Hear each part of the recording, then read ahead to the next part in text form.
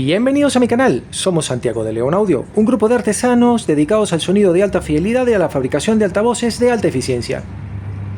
El capítulo de hoy, primera parte, se lo vamos a dedicar a un tema que he visto recurrentemente entre los otros creadores de contenido, mis colegas, dedicados al sonido de alta fidelidad y a la electrónica de consumo para el entretenimiento en el hogar.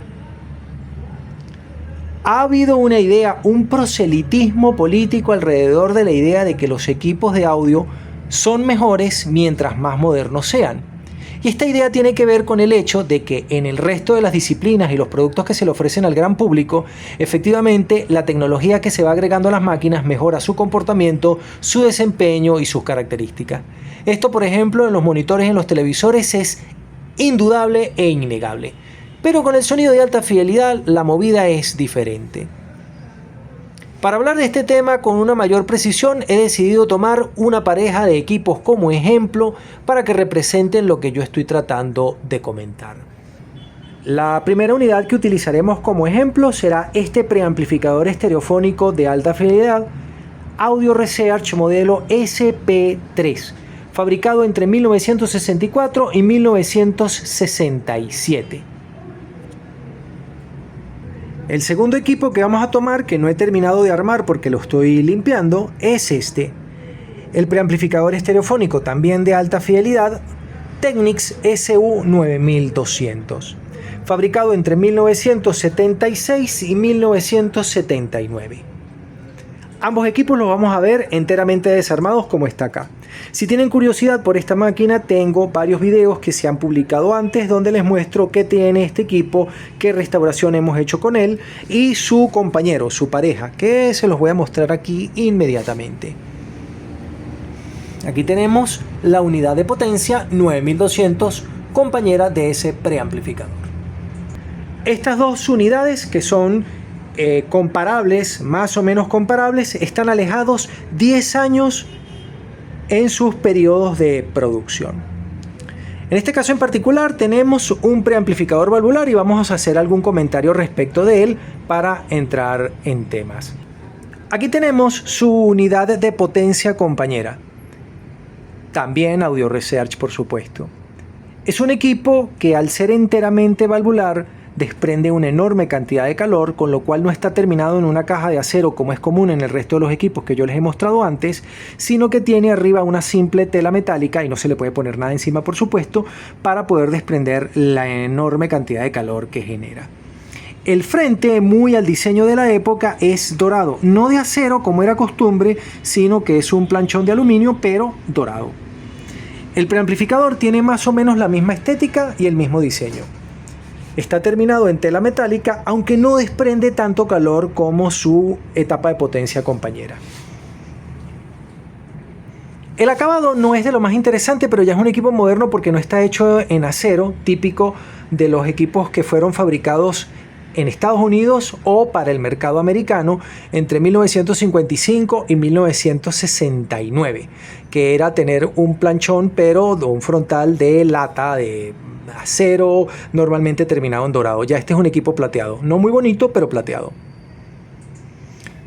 Este preamplificador comparte estética y características con los equipos de entretenimiento para el hogar 3 en 1, radio picó y preamplificadores, etapa de potencia, amplificadores integrados estereofónicos valvulares de Headkit, de Lafayette o de DeWalt, que eran las piezas que había en aquella época antes de la aparición de los gigantes como Marantz y Macintosh.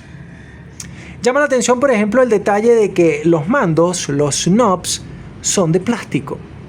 Eso era muy común en aquella época entre todos los equipos valvulares fabricados en Estados Unidos. El primero que rompe con esta manera de hacer las cosas fue la gente de Macintosh con su muy conocido preamplificador C22. Pero tiene los controles, es moderno porque tiene los controles que después serían por ustedes conocidos en la electrónica japonesa. Les cuento. Aquí tengo mi selector de entrada y aquí tengo mi selector de modos.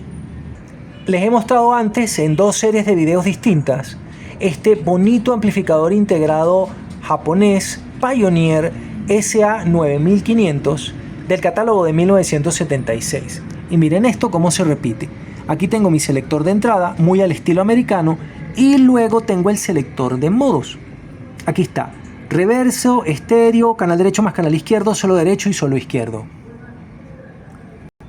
Así, por ejemplo, en el frontal de esta máquina tenemos lo mismo. Estéreo normal, reverso, solo derecho, solo izquierdo y mono. Son los mismos mandos. Tenemos los controles que ustedes conocen. El control de balance, el control de agudos, el control de bajos, un botón para accionar el control de tonos. A la gente le parece, por ejemplo, hoy en día moderno que el amplificador integrado tenga un botón para desactivar el control de tonos. Pero lo podemos ver aquí. Miren. Esto es un Sansui AU717 que tiene el mismo tonto botón para desactivar el control de tonos. Este preamplificador del año de la pera ya lo tenía y aquí está. Y hay gente que considera que fue Yamaha la de la idea de tener un control de audibilidad ajustable y variable. Aquí lo llaman contorno. Pues este equipo ya lo tenía. Aquí tenemos el control de nivel, que en realidad es el control de volumen, y el mal gusto de los equipos de aquella época, como el preamplificador Marantz Model 7, que los selectores son de plástico. Pero por encima de eso, de que el frontal nos guste o no nos guste, la verdadera magia con esta máquina está por dentro y se los voy a comentar. Este es un preamplificador valvular, pero no es enteramente valvular. Todos los equipos valvulares, incluyendo este preamplificador, tienen 3 etapas: la fuente de alimentación, la sección de baja señal y la sección de potencia. Cuando el equipo es enteramente valvular, decimos que es un valvular, pero cuando alguna parte es de estado sólido, decimos que es un híbrido, y este también lo es. Este es un híbrido. Ustedes sabrán, por ejemplo, que el amplificador integrado McIntosh MA230 tiene la etapa de potencia valvular, pero todo el preamplificador hecho con transistores. Bueno, en este caso es al revés. Toda la sección de preamplificación que está alante está hecha con válvulas, pero la fuente de alimentación está hecha, ya lo vamos a ver aquí, vamos a aplicar un zoom para que ustedes lo puedan ver, con diodos rectificadores de silicio, con diodos de estado sólido. ¿Por qué han hecho esto? Este comentario solamente me lo entenderán los viejos radiotécnicos que se acuerdan. Sucede que las válvulas de vacío tienen un cátodo caliente que emite electrones. En el caso de las válvulas, en general, la corriente que puede emitir ese cátodo es muy pequeña, 5, 10, 20, 50, tal vez 100 mA. Por eso, para poder conseguir potencia, se tienen que utilizar voltajes muy grandes. Miren este condensador, por ejemplo, de 400 voltios que está acá. Un voltaje muy grande por una corriente pequeña da una potencia utilizable. Por ejemplo, aquel mastodonte de 28 kilos solo da 75 vatios por canal. Muy en contraste, por ejemplo, con este amplificador, con esta etapa de potencia Technics que tengo aquí, que da los mismos 75 vatios, pero pesa 12 kilos.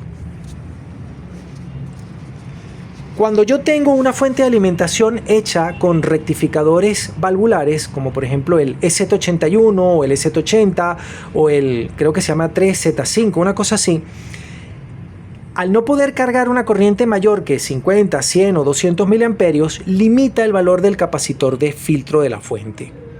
Entonces, en el manual de servicio, en la hoja de datos, la pueden descargar por internet para el EZ81, por ejemplo, les dice claramente, el condensador más grande que tú le puedes poner a este diodo, a este puente de 2 diodos, son 50 microfarad. Eso hace que el ruido de fondo en la fuente de alimentación de un equipo valvular sea muy difícil de controlar. A veces se hace con una enorme bobina que parece un transformador pequeño. Lo llaman Nanco o HAF. En este caso, tengo 3 fuentes de alimentación. Mírenla.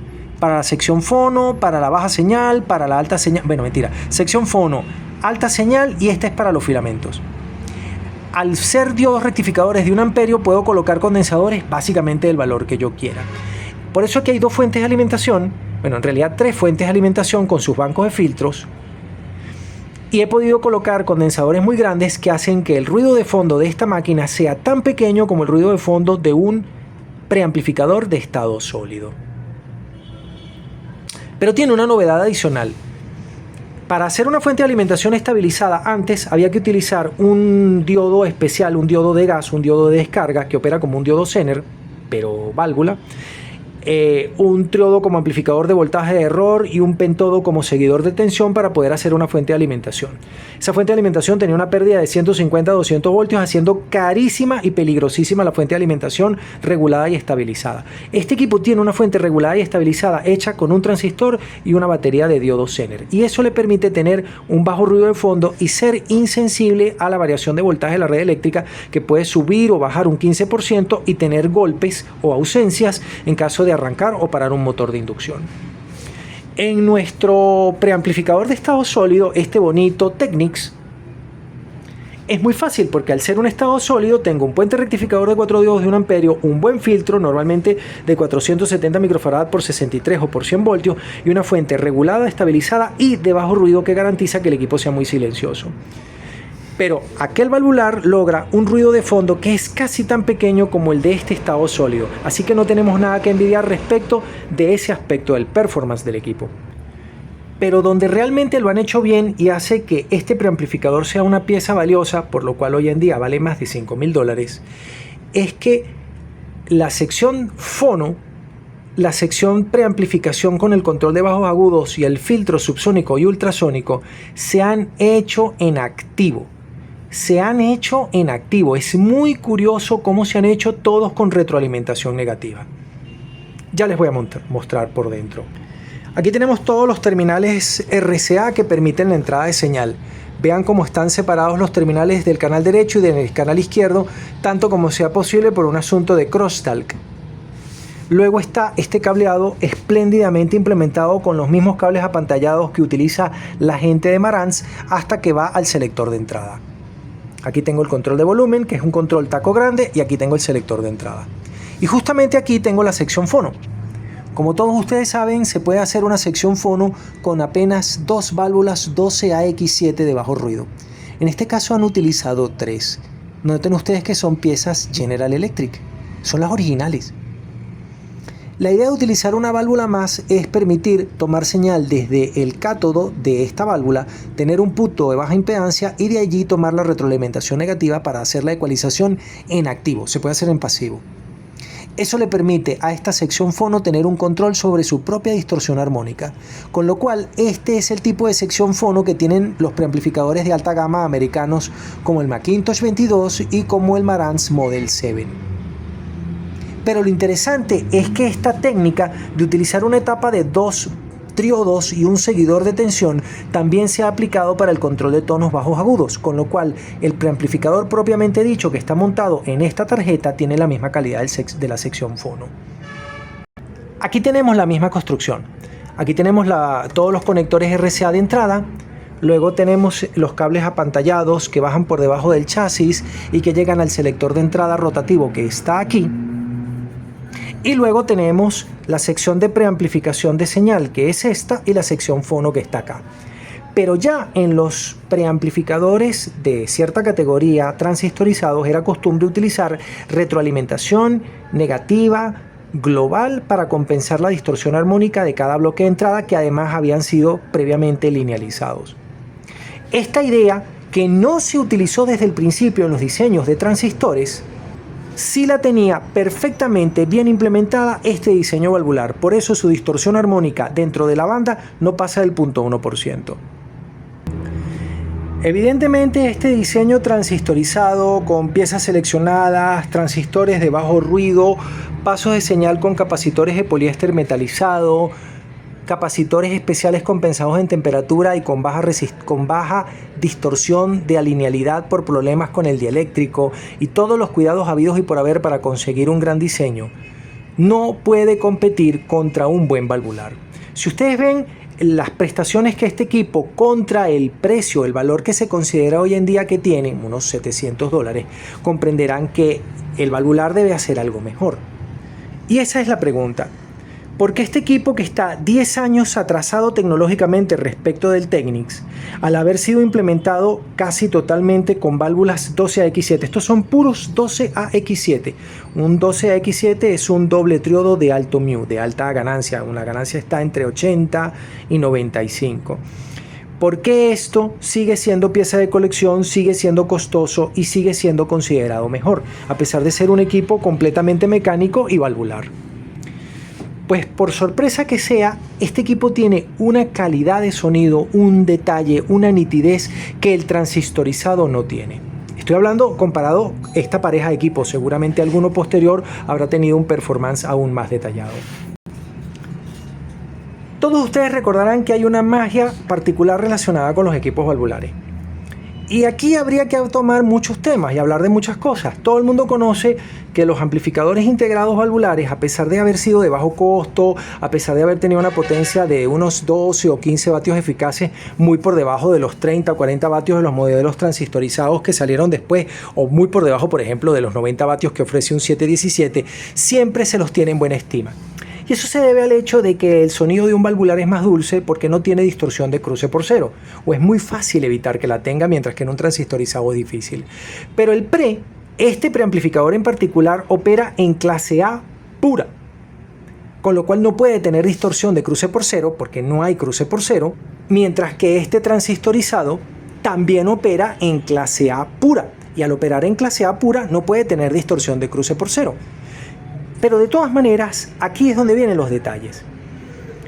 La distorsión armónica que impone un amplificador, o las secciones de amplificación con las que está construido este equipo, que son como unos pequeños amplificadores operacionales discretos, son distorsiones armónicas de orden impar.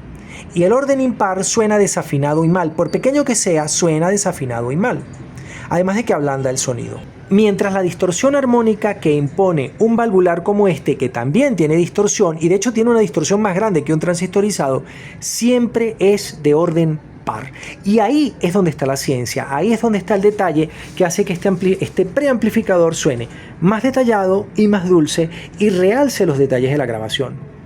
Por eso, a pesar de que el transistorizado es 10 años más avanzado, tiene un diseño más sofisticado, utiliza mejores componentes electrónicos, utiliza piezas de mejor calidad porque la electrónica había mejorado muchísimo en ese periodo de 10 años, no logra competir por fundamento teórico con la calidad de sonido que este valvular puede proporcionar. Por eso comprar un valvular todavía hoy sigue siendo la ilusión de un montón de entusiastas, a pesar de que hay un montón de opciones más sofisticadas, de mejor terminación, de mejor acabado, etc.